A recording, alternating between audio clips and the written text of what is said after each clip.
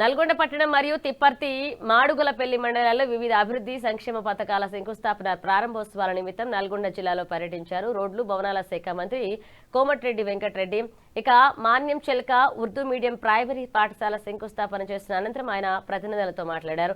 రాష్ట్రంలో సుమారు 13,000 కోట్ల రూపాయలతో హెచ్ఏఎం రోడ్లను నిర్మించబోతున్నాం.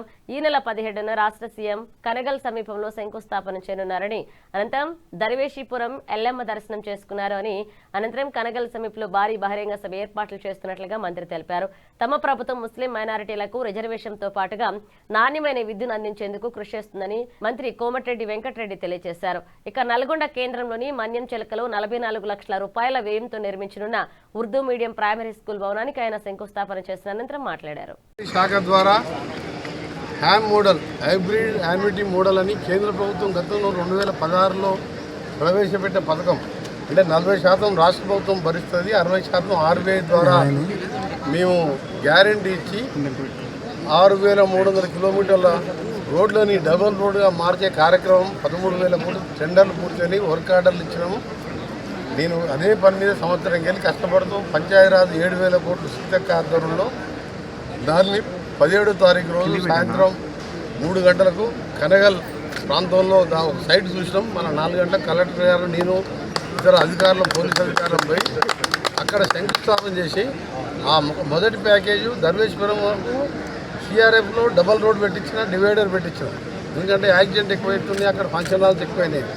అక్కడికి వెళ్ళి మొదలైతే ప్యాకేజీ అది గుర్రంపూడు, మల్లెపల్లి, దేవరకొండ, డిన్ని వరకు 300 కోట్లతో అట్లా 34 ప్యాకేజీలుగా విభజించి 6,300 కోట్ల పనులకు శంకుస్థాపన చేయడానికి ముఖ్యమంత్రి గారు చేస్తున్న రోజు ఆ బహిరంగ సభను సక్సెస్ చేయాలని, అలాగే దాంతోపాటు దర్వేశ్వర ఎల్లమ్మ దేవస్థానాన్ని కూడా దర్శనం చేయించి అక్కడి నుంచే మా కార్యక్రమాలన్నీ కూడా మొదలు పెడుతూ తెలంగాణలో మొట్టమొదటి భారీ బహిరంగ సభ ఈ 2.5 సంవత్సరం ఎక్కడ జరిగిందంటే నల్గొండలో జరిగింది. ఎందుకంటే 13,000 కోట్లు 7,000 కోట్లే ములుగు కాన్ఫరెన్స్లో శంకుస్థాపన చేస్తారు, సీతక్క గారి కాన్ఫరెన్స్.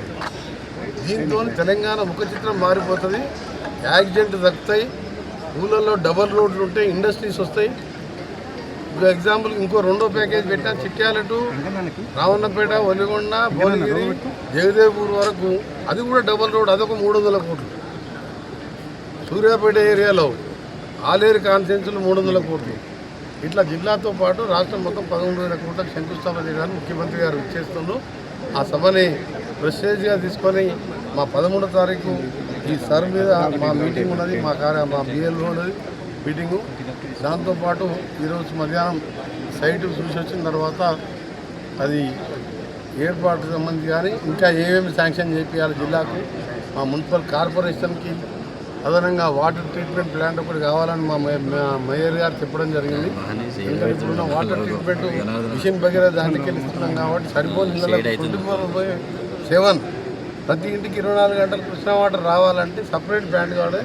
దానికి కూడా 120 కోట్లు శాంక్షన్ చేయడం జరిగింది. వారం రోజులు దానికి కూడా టెండర్ పిలుస్తున్నాం.